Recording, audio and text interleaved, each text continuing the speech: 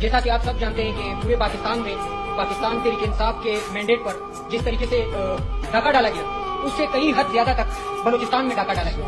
میں 253 کا امیدوار ہوں. الحمدللہ پارٹی نے اعتماد کیا میرے اوپر, مجھے ٹکٹ جاری کیا. تو میں نے وہاں جو میرا حلقہ تھا وہاں مکمل کمپین بھی کی. کمپین کے دوران مجھے سرکاری لیٹرز آ رہے تھے ڈپٹی کمشنر کی جانب سے کہ آپ نے کمپین نہیں کرنی ہے, آپ کے اوپر صدام تری, آپ کے اوپر خودکش حملے کا خطرہ ہے.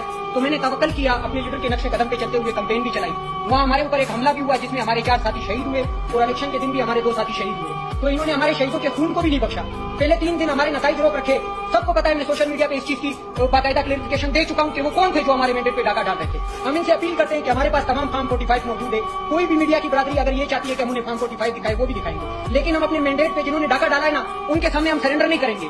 ہم اپنے جان کو ہتھیلی پہ رکھے رول آف لا کے لیے, اپنے بلوچستان کے لیے, اپنے بلوچستان کے مسائل کے حل کے لیے, اپنے لیڈر کے ویژن کے مطابق اس کے گول کے لیے کسی بھی قربانی سے کوئی دریغ نہیں کریں گے. اگر کوئی یہ سمجھتا ہے کہ اس ملک میں امن و امان ہونا چاہیے یا کوئی یہ سمجھتا ہے کہ ہم محب وطن ہیں, تو یہ رویہ کوئی محب وطنی کا نہیں ہے. یہ رویہ صرف اور صرف غداری کا ہے. ڈونلڈ لو کے کہنے پہ آپ نے رات کے 12 بجے عدالتیں کھلوا کے جس طرح ہمارے لیڈر کو حکومت سے نکالا, جس طرح ہمارے پارٹی کو حکومت سے نکالا, آپ کو یہ لگتا تھا کہ حکومت سے نکالنے کے بعد جو ہمارے حوصلے پست ہو جائیں گے یا ہمارے تنظیم کے حوصلے پست ہوں گے یا اس ملک کے وہ نوجوان جو عمران خان کے ساتھ ہیں ان کے حوصلے پست ہوں گے. تو ہمارے حوصلے کوئی پست نہیں کر سکتا ہے. کربلا کی تاریخ بھی ہم جانتے ہیں, اپنے اسلام کی تاریخ کو بھی ہم جانتے ہیں. ہم 313 تھے تب بھی ہم نے کفار کو شکست دی ہے. آج بھی ہم بتانا چاہتے ہیں کہ آج ہم 313 بھی نہیں ہے. الحمدللہ اس ملک کی جو اکثریت آبادی ہے, چاہے وہ یوتھ ہو, چاہے وہ خواتین ہو یا بزرگ ہو, سب کے سب ٹوٹلی عمران خان کے ساتھ ہے. میرے حلقے پہ داندلی دیکھیں کس قسم کی داندلی کی گئی ہے. 10 تاریخ کو فارم 47 جاری ہوتا ہے, اس میں وننگ کینڈیڈیٹ میاں خان بگٹی اس کو 46,000 شو کیا جاتا ہے. 17 تاریخ کو دوبارہ میرا فارم 47 جاری ہوتا ہے, اس میں وننگ کینڈیڈیٹ کو 51,000 شو کیا جاتا ہے.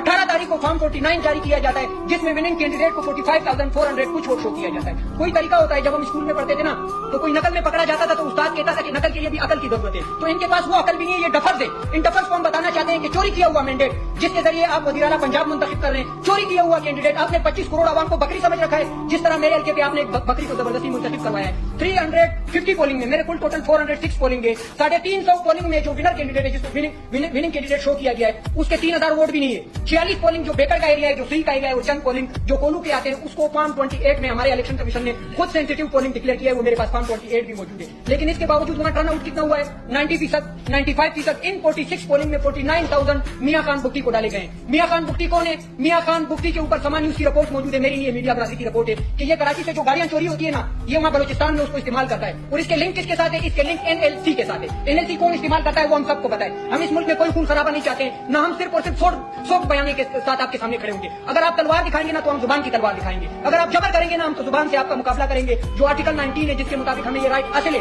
کہ ہم اپنے حقوق کی بات کریں, جمہوری انداز میں اپنی جدوجہد کریں. میرے پاس DRO وہاں ہے, باقاعدہ ویڈیو انٹرنیٹ پہ موجود ہے. DRO سے میں نے سب کے سامنے سوال کیا کہ رات کو 4 بجے ISI کے کرنل فرحان کا کیا کام تھا کہ وہ DRO آفس آتے میاں خان بگٹی کے ساتھ. رات کو 4 بجے FC کے کرنل کا میجر کا کیا تعلق تھا کہ وہ میرے DRO آفس آتے. میں کھل کے کہتا ہوں مجھے جو بھی سزا دینی ہے میں اس کے لیے تیار ہوں, مجھے قتل کرنا ہے میں اس کے لیے بھی تیار ہوں. میں عمران خان کے نظریے کے مطابق کسی بھی خوف سے ڈرنے والا نہیں ہوں, میں ڈٹ کے مقابلہ کروں گا. اگر یہ سمجھتے ہیں کہ ISI نے اس ملک کے الیکشن کو مینیج کرنا ہے یا کسی FC کے میجر نے اس کو مینیج کرنا ہے تو یہ الیکشن کمیشن بند کر دیں. یہ جو عدالتیں کھولی ہوئی ہے یہ بند کر دیں. یہ جو ROs اور DROs بٹھائے ہوئے تھے انہیں ہٹا دے, ختم کر دیں. ان کی نوکریاں بھی ان کو ہٹا دے. آپ لوگ سب کچھ سنبھالیں, ٹاؤن کمیٹی بھی آپ سنبھالیں. آپ کو پتا ہے میرے حلقے میں سپی میں جو ڈویژن ہے وہاں خدا پاک کی قسم ہمارے جو جسے ہم کہتے ہیں کہ محافظ, وہ محافظ برف کے کارخانے چلاتے ہیں. بلوچستان میں یہ برف بھی فروخت کر رہے ہیں. کیا کوئی اس طرح بزنس کرنے والے اس ملک کو دفاع دیں گے یا اس ملک کے سرحدوں کی حفاظت کریں گے؟ تو ہم کسی کے خلاف نہیں ہے کہ ہم ادارے کے خلاف ہے. یہ ایک پالیسی ہے جو چند افراد لے کے چل رہے ہیں, باقی اس ادارے میں ہمارے لوگ بھرتی ہے. میرے علاقے سے بھی ہے, پختون بھی ہے, بلوچ بھی ہے, سندھی بھی ہے, پنجابی بھی ہے. لیکن ایک بات ہم آپ سے اپیل کرتے ہیں کہ ہم قربانی کے لیے تیار ہے, اپنی جان دینے کے لیے تیار ہے. ہمارے جتنے کینڈیڈیٹ ہیں, چاہے وہ پنجاب سے ہو,